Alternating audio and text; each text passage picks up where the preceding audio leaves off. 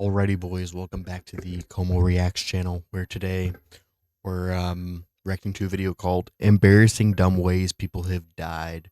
Um, but we're testing out a new camera thing. I'm actually using Epoch Cam with my phone, just to see if it gives a little bit more quality in there. But yeah, let's get into it. This video is called "Embarrassing Dumb Ways People Have Died." Let's get into it. Turns out he was found dead at the bottom of a cliff. Have you ever wondered just how far some people are willing to go for adventure, risk, or just to make a point? Evidently, I lost my glasses. You're about to dive into some of the most astonishing exits from life, where bold decisions met with tragic outcomes, securing these individuals a lasting place in the world of the unbelievable. I don't think there's anybody on this estate can say a bad word about Jimmy Heselden. From the guy killed by his own invention to the fatal combination of greed and electricity, here are the top 15 Darwin Award winners. Number 15. The Segway Tragedy of Jimmy Heselden. Jimmy Heselden's death serves as a stark reminder that even the most familiar things can carry danger. In 2010, as the new owner of the Segway company, Heselden took one of the personal transporters for a ride near his home in England. Unfortunately, the ride ended in disaster when he accidentally steered off a cliff and into a river, resulting in his death. That's funny. That's funny. He steered off of a cliff with a Segway into a river. Wow. Comedy. Death. Turns out he was found dead at the bottom of a cliff. The irony was impossible to ignore. I mean, does bro not know how to swim? It's just a lake. All you gotta do is just you problem solved. Yep. The man who owned a company that promoted the safety and innovation of Segways lost his life using one. I don't think there's anybody on this estate can say a bad word about Jimmy Heselden. Heselden was not just a businessman, but also a generous philanthropist who had recently purchased the Segway company. His belief in the future of personal transportation devices was clear. This accident didn't just shock those who knew him, but also brought scrutiny to the safety of the Segway itself. You know what's crazy is how unpopular Segways are now. Like now everybody's into like electric scooters for public transportation or the rent-a-bike kind of stuff. It's crazy how that was such like a early 2000s thing. So, yeah. Despite this tragic event, Heselden's legacy of charity lived on through the Heselden Foundation. His death stands as a sobering reminder that even in the world of technological progress, life's uncertainties can strike at any moment. Number 14. The Fatal Theft of Jason Linden. Jason Linden's story is a cautionary tale of the dangers of greed and ignorance when it comes to tampering with electricity. In 2010, driven by the high value of copper, Linden attempted to steal wire from a utility pole. His lack of knowledge about electrical grids led him to make a deadly mistake. Without shutting off the power, Linden cut into a live wire. The resulting electrocution was instantaneous, ending his life in a flash. Linden's actions not only cost him his life, but also brought a Bruh. Just bruh. Like any smart person knows that electrical wires carry electricity.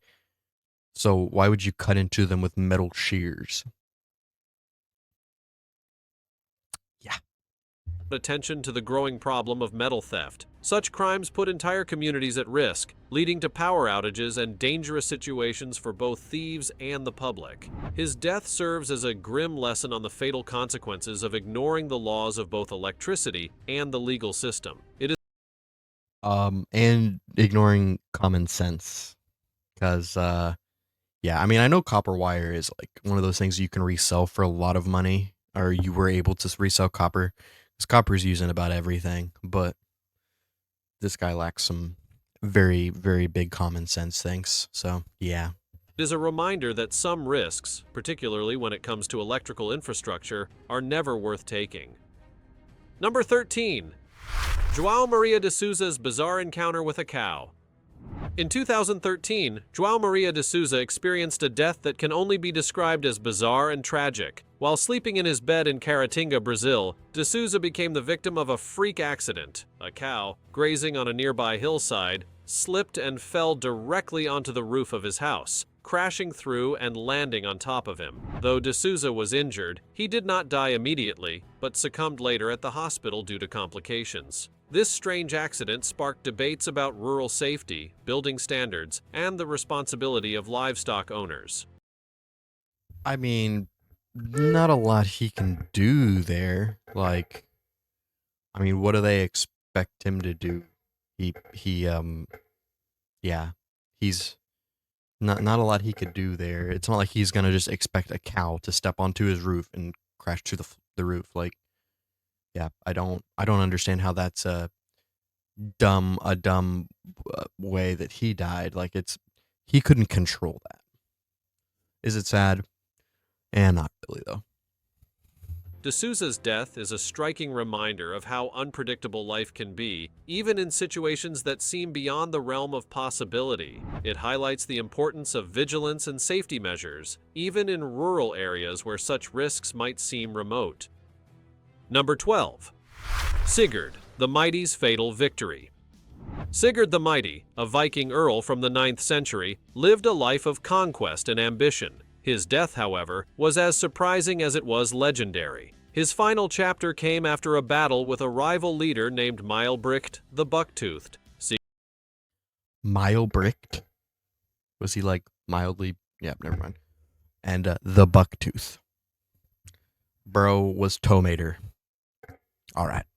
Sigurd defeated his enemy, beheaded him, and tied Maelbricht's head to his horse's saddle as a symbol of his triumph. But fate had other plans for the victorious Viking. As Sigurd rode away, the sharp teeth of Maelbricht's severed head scratched his leg. What seemed like a small wound soon turned deadly. The injury became infected, and Sigurd died shortly after, a victim of his enemy even in death. This unexpected twist highlights the unpredictability of life and the dangers of pride. Sigurd's story is a snapshot of the brutal world of the Vikings, where battles were constant and fate could be as unforgiving as any sword. His death also reminds us that small actions can lead to major consequences.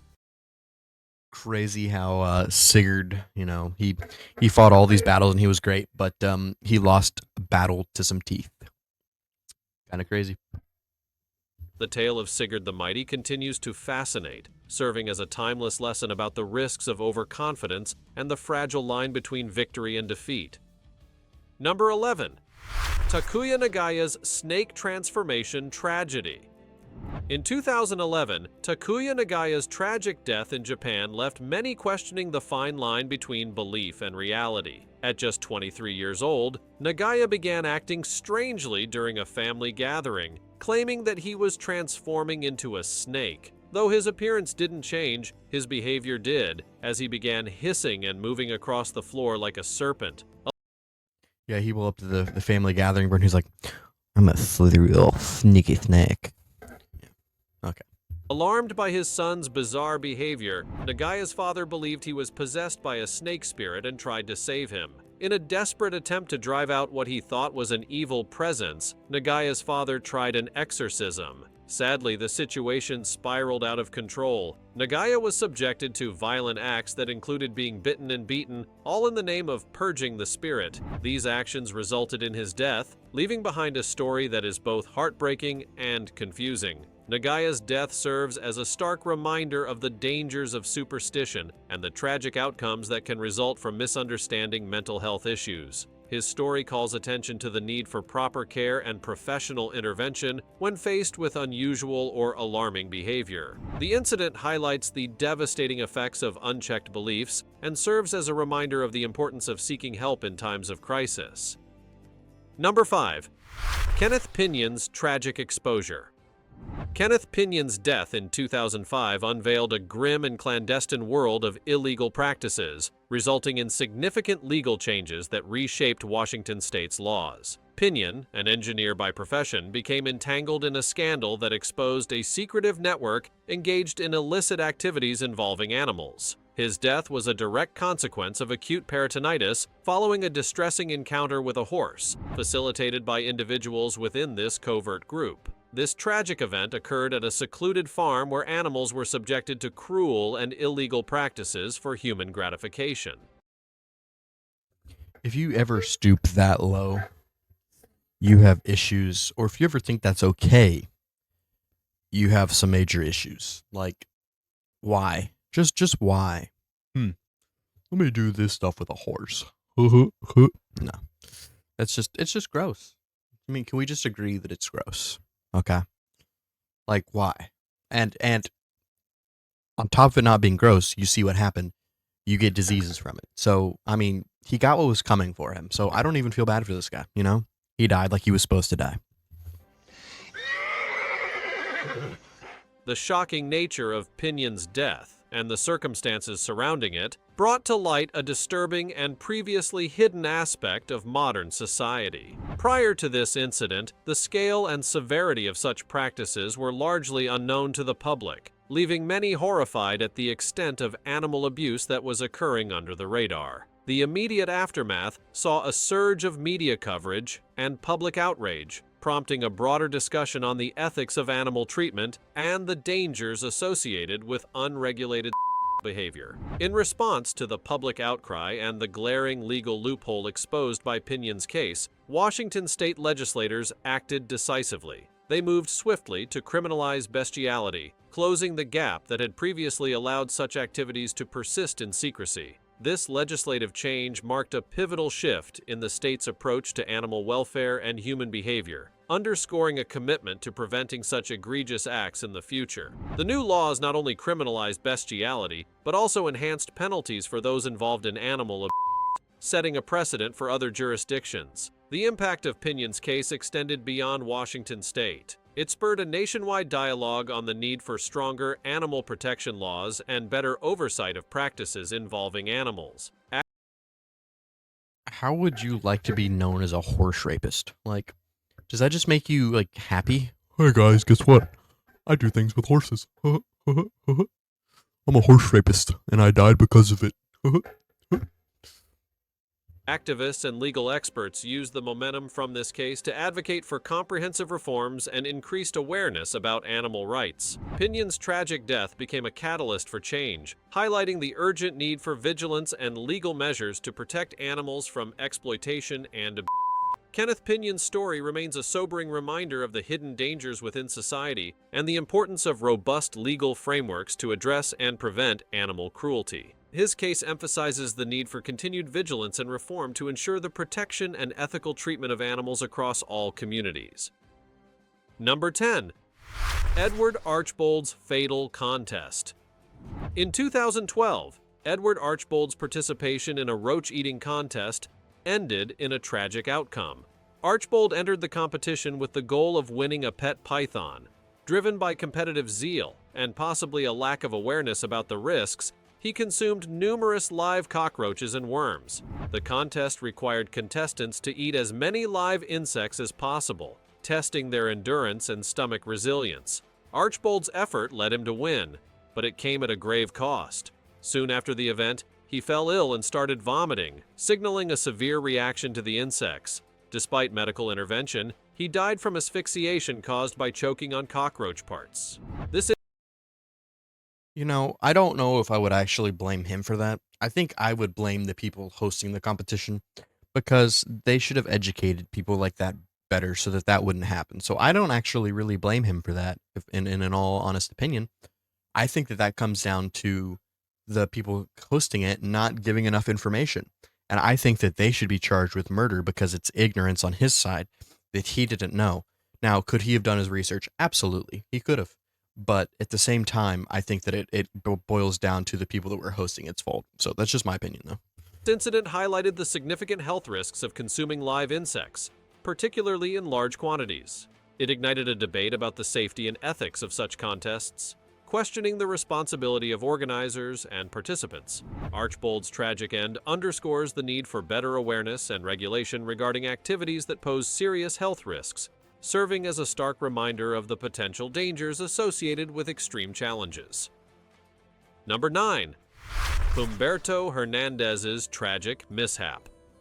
Humberto Hernandez's story from 2007 is a somber reminder of how random accidents can turn ordinary moments into deadly ones. Hernandez was walking with his wife along a sidewalk in Oakland, California, when a car lost control and crashed into a nearby fire hydrant. The impact caused the hydrant to break free and shoot into the air with alarming force. The hydrant, propelled by the pressure from the water line, flew across the sidewalk and struck Hernandez in the head. Despite immediate medical assistance, he did not survive his injuries. This unusual accident underscores the unpredictability of life and the hidden dangers that can arise from everyday situations.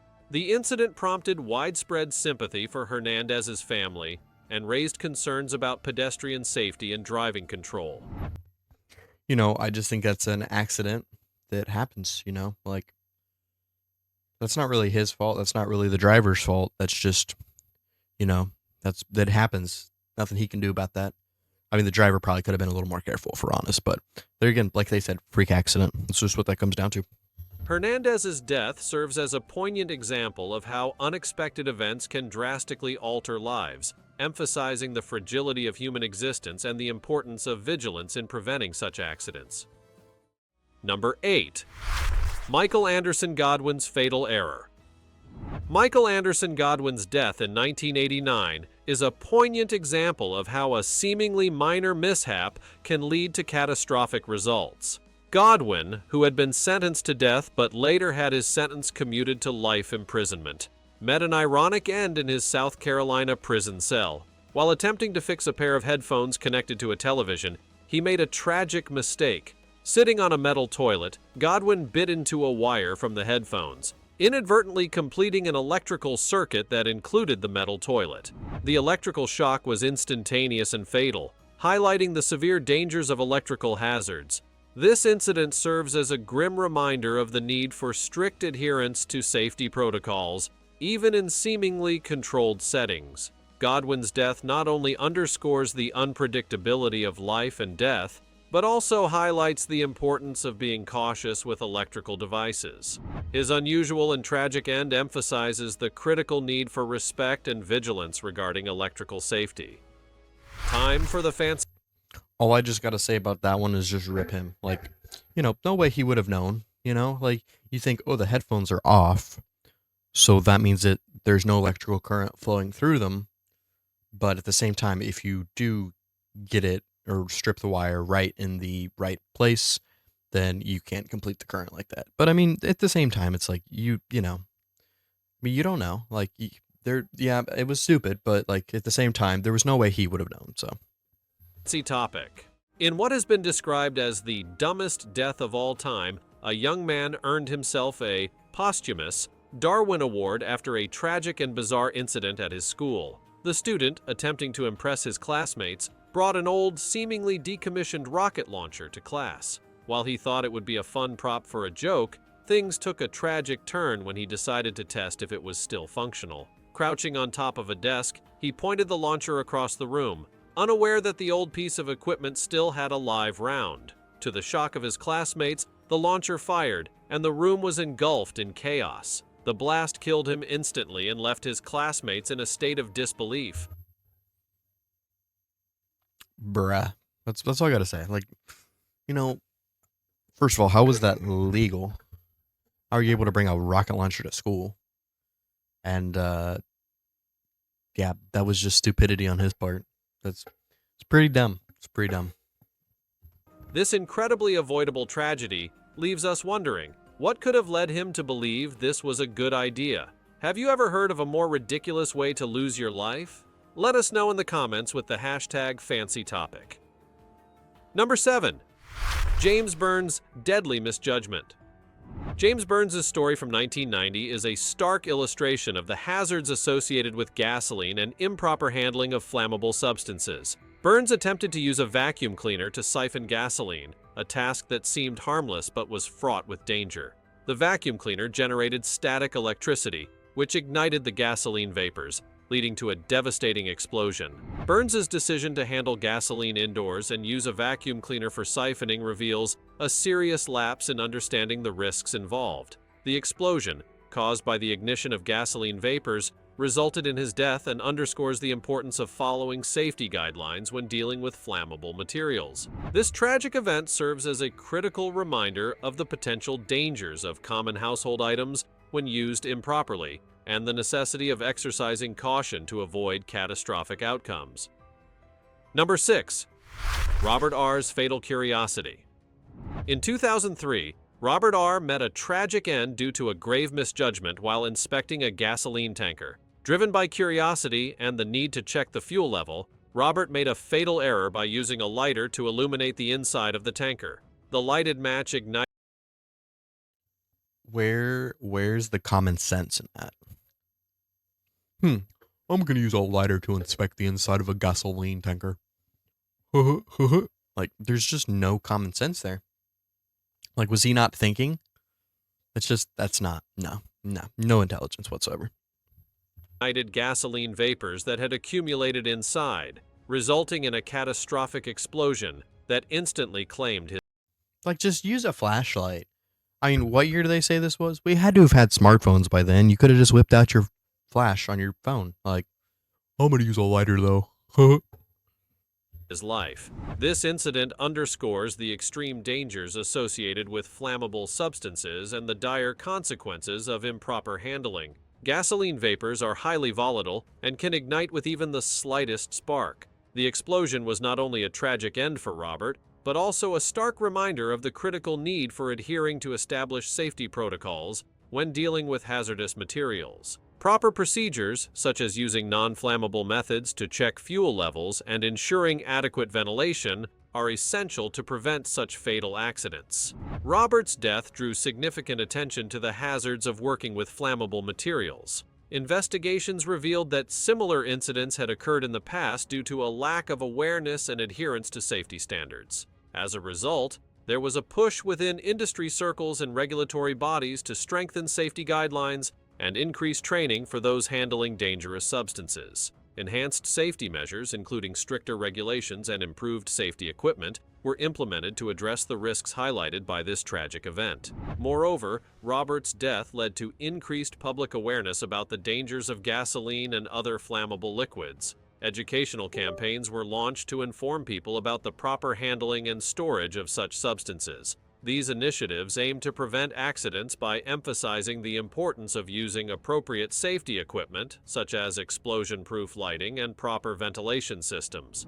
The broader impact of Robert's accident was a renewed focus on safety in environments where flammable materials are present. Industries that work with hazardous substances began to review and update their safety protocols to minimize risks and protect workers. Robert R.'s unfortunate end serves as a critical lesson in the importance of safety, underscoring that a single lapse in judgment can lead to devastating consequences. His story remains a powerful reminder of the need for vigilance, respect for safety standards, and continuous education in handling hazardous materials.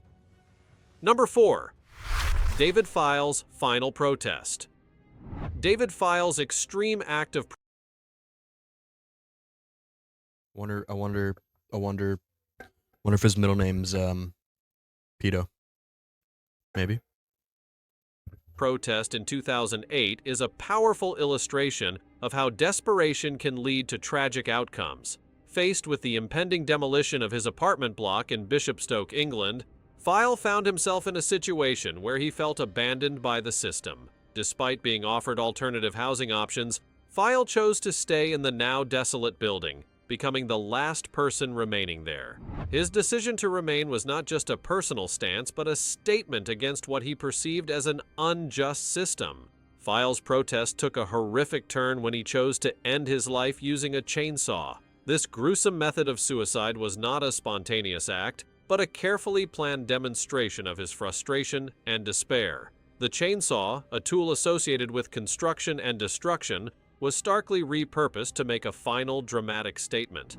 File's choice of such a method emphasized his profound sense of abandonment and the deep psychological impact of his situation. The incident drew significant media attention and public outrage, leading to a broader discussion about the responsibilities of housing developers and authorities. Many questioned the adequacy of support systems for individuals facing forced relocation, especially those who, like File, had strong emotional ties to their homes. The tragedy also highlighted the gaps in mental health support systems, which failed to address the severe distress that File experienced. In the aftermath of File's death, there was increased scrutiny on how housing redevelopment projects are managed. Advocates for tenant rights and mental health professionals called for improved support systems and better communication with residents facing displacement. The case became a focal point for discussions about the human costs of urban development and the importance of incorporating empathy into planning processes.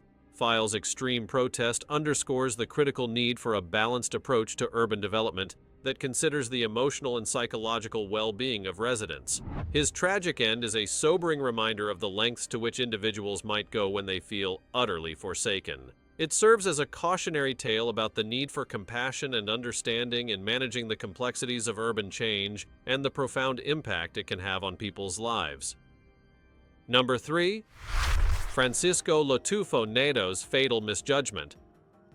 Francisco Lotufo Neto's story from 2006 is a sobering illustration of how a moment of bravado can have tragic outcomes. In Sao Paulo, Brazil, Lotufo Neto, eager to impress friends and showcase his own audacity, decided to test the durability of a window in his high-rise apartment. He believed the window was exceptionally strong, so he threw himself against it with the expectation that it would not break. Unfortunately, the window did not hold, and he fell from his apartment, resulting in his death. Bruh. Like, what? Really? Really? I'm gonna throw myself at a window because I think it's strong. Like, come on, bro. You could. Some people just have no common sense, and that's okay. They got what people without common sense deserve. I mean, eventually that's gonna happen. You're gonna have a lapse of judgment, and that's gonna happen. So I don't know. The shockwaves from the incident were felt deeply by those who knew him and by the public. Lotufo Neto's death was a stark reminder of the perils of overestimating one's own safety and underestimating the inherent risks of such reckless behavior. The incident raised significant concerns about personal safety and the often overlooked dangers of seemingly benign materials and structures. It highlighted how quickly a moment's impulsive action can lead to irreversible consequences. Further investigation into the incident revealed that the window, contrary to Lotufo Neto's belief, was not designed to withstand such extreme force.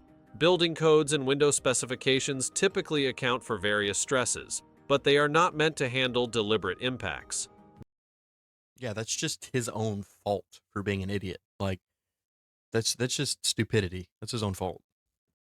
This tragic misunderstanding underscores the critical importance of adhering to safety guidelines and understanding the limitations of everyday objects. The incident also sparked discussions about the psychological aspects of risky behavior.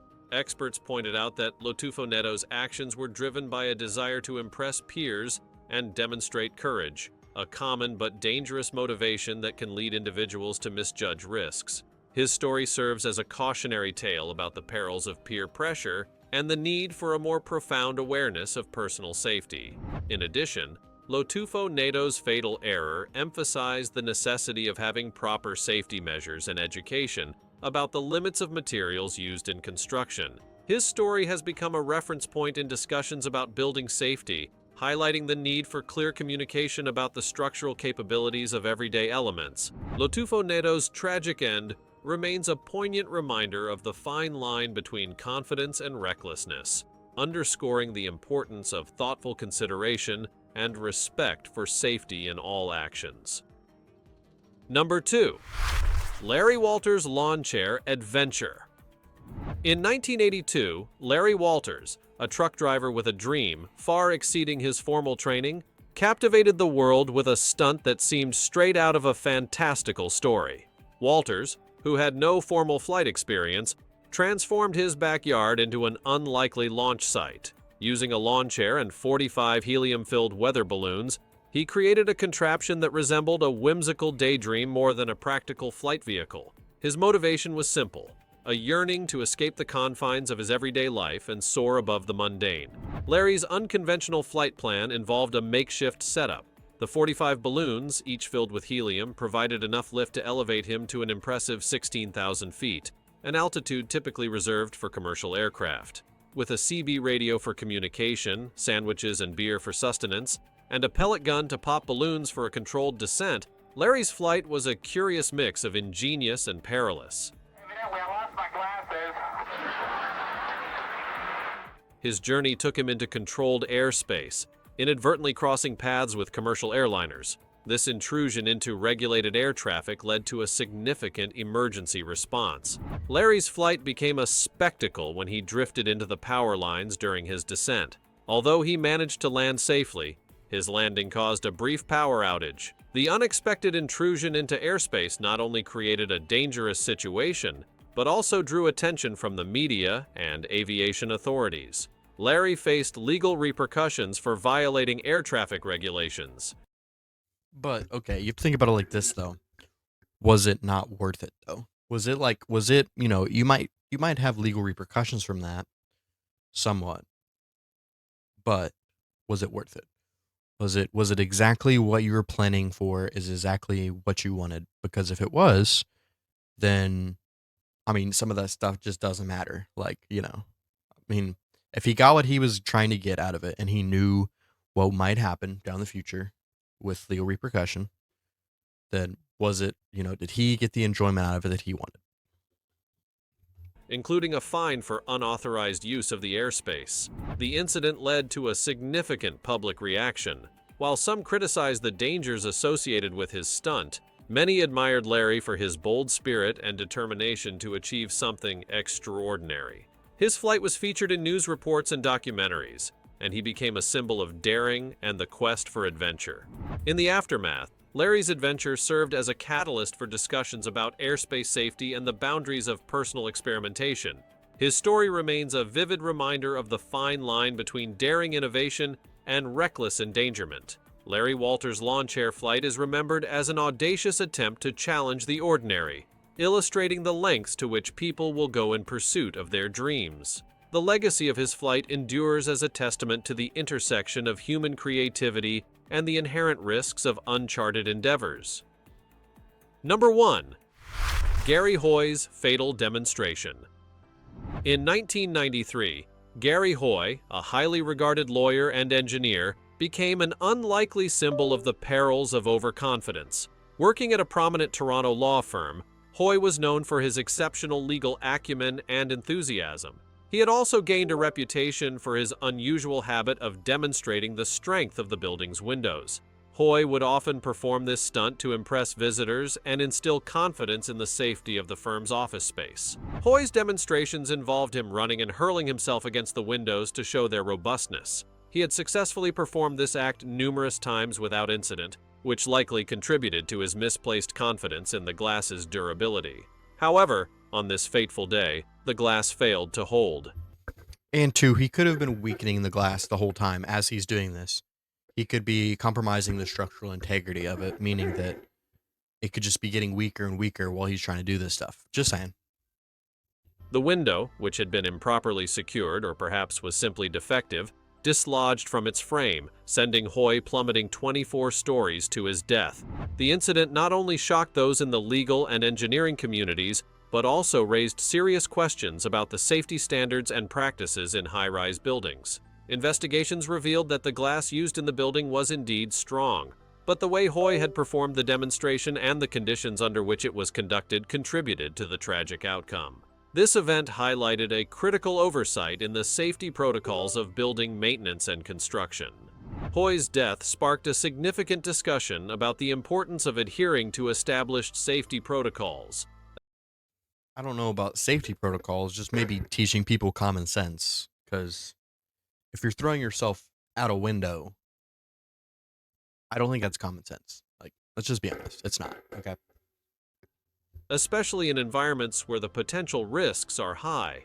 The firm where Hoy worked, along with other organizations, reassessed their safety procedures and practices to prevent such incidents in the future. This tragic event served as a catalyst for reviewing and improving safety measures in both office buildings and other high-rise structures. The story of Gary Hoy is more than a cautionary tale about one man's tragic error.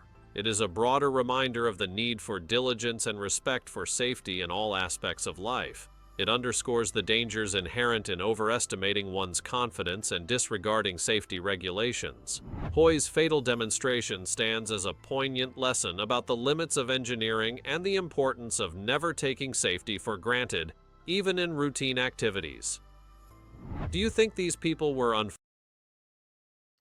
right, so what can we take away from this? Well, one, some people have no common sense. All right, and two, sometimes being daring and trying new things is actually, there's legal repercussion to it. But if you're wanting to do something and you're wanting to accomplish something, like the balloon guy, I think that's pretty cool. I think I don't think that's stupid at all. I think that was, it felt like that was a really well thought out plan in the sense of like he had a radio, he had food, he had a way to descend if he wanted to. I don't think he was, I don't think that's stupid. That doesn't seem stupid. Seems like he thought it out. But anyway, yeah, that's it for embarrassing, dumb ways people died, even though that guy didn't die. So this doesn't really equate to the video for some reason. But yeah, I liked it. But yeah, good video. Good video. Anyway, if you like this video, be sure to hit that thumbs up button and hit that subscribe button to stay tuned for more of these. We're pumping these out like crazy. And if you want to suggest a video, be sure to join the Discord. I will put the link in the description down below. And we have literally a section dedicated to these longer form videos. So if you want to suggest a video, just join the Discord and put your video in the recommendation thing. But yeah, anyway, later dudes.